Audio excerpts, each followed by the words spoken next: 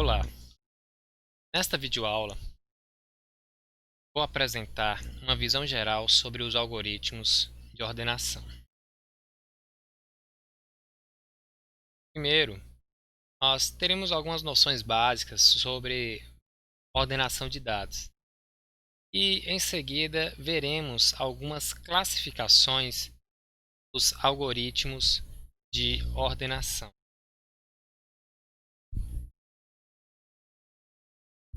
Bom, primeira questão é: por que ordenar dados?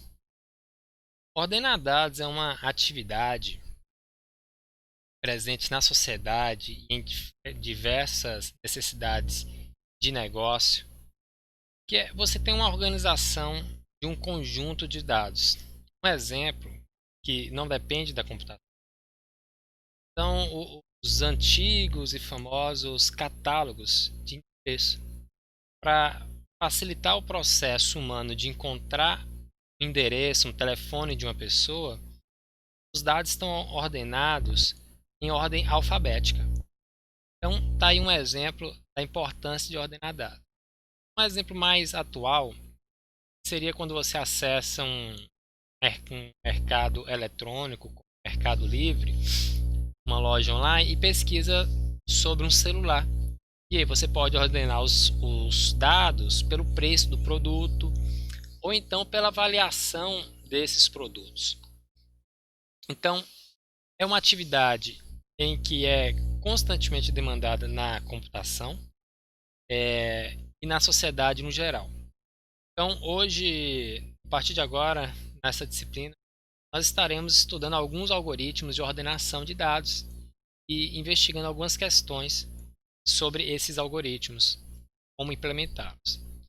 Mas antes disso, vamos conhecer algumas classificações, alguns conceitos básicos. A primeira delas é a notação. A, a ordenação geralmente é feita por meio de uma chave, certo? Essa chave vai ser a responsável, vai ser por meio dessa chave que nós vamos ordenar os dados. Então, um registro, uma classe, um objeto pode ter diversos elementos, diversos atributos, mas a ordenação vai ser feita por sua chave. Então, a chave ela vai ser definida no momento da ordenação, né, para representar aquele dado. A gente simplifica aqui trabalhando com apenas uma chave, mas é lógico, você pode ter situações que você vai ter chaves compostas e um conjunto de atributos identificam a entidade. De toda forma, é óbvio que isso aí vai aumentar a função de complexidade desses algoritmos, porque você vai ter que fazer mais de uma comparação, tá? Entretanto, isso não altera o comportamento assintótico do algoritmo, pois você vai aumentar apenas, tem apenas um número multiplicando a mais, tá alterando o comportamento do algoritmo quando a gente tiver chaves compostas. Uma das classificações dos algoritmos de ordenação é quanto em que local está armazenado os dados que você vai ordenar. Se está na memória principal, é chamado de ordenação interna, que são aqueles dados que cabem na memória RAM do computador em que será executado essa ordenação.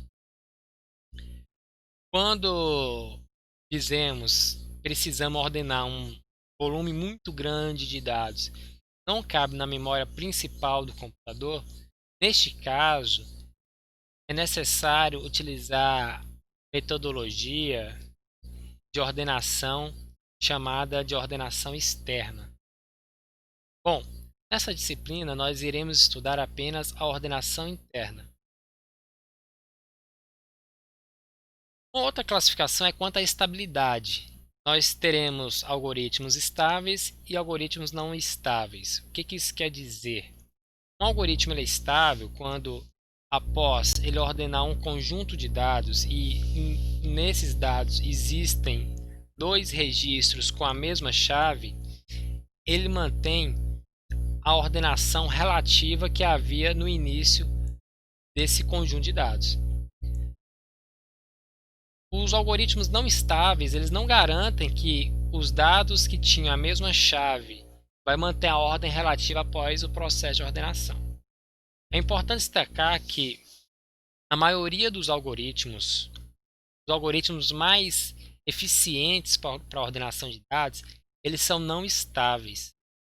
E existem formas para a gente resolver esse problema da estabilidade para esses algoritmos. É necessário fazer apenas um pequeno ajuste para você conseguir a estabilidade e também, como foi falado, não vai alterar o comportamento assintótico do algoritmo.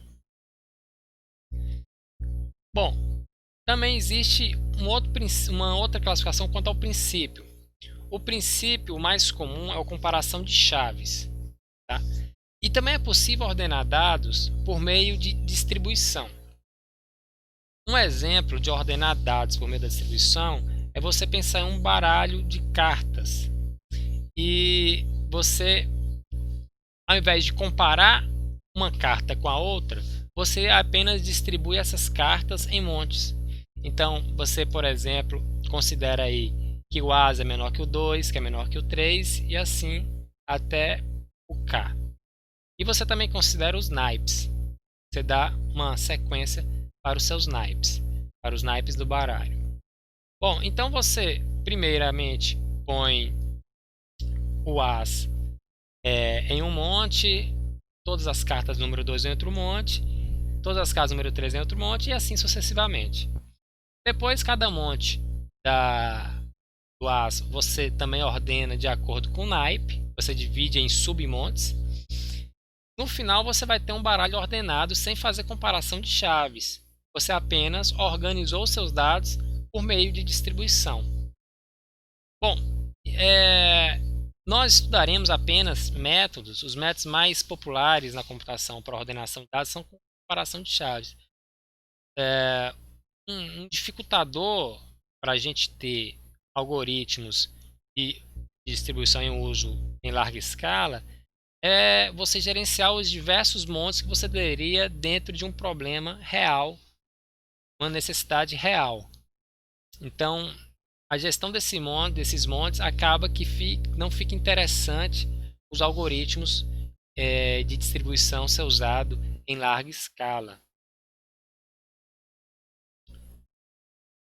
Bom, uma classificação feita entre os métodos de ordenação interna, que são os métodos que nós iremos estudar aqui na disciplina, são os algoritmos chamados simples e os algoritmos eficientes.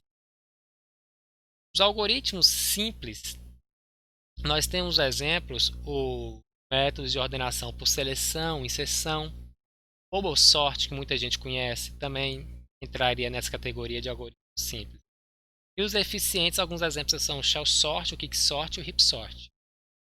Os algoritmos de ordenação simples, eles são fáceis, muito simples e intuitivos de implementar. Entretanto, a sua eficiência é menor que esses algoritmos de ordenação eficiente que está sendo apresentado aí na tela. E esses algoritmos eficientes, geralmente, eles são mais complexos para serem implementados. Bom, então é isso, pessoal. Esta é a nossa referência para esta aula, livro do Ziviani, Projeto de Algoritmos. Então, eu vou encerrando por aqui. Qualquer dúvida, podem tirar comigo no meio do meu e-mail, também nos fóruns da disciplina e nas monitorias com os alunos monitores. Muito obrigado e bons estudos.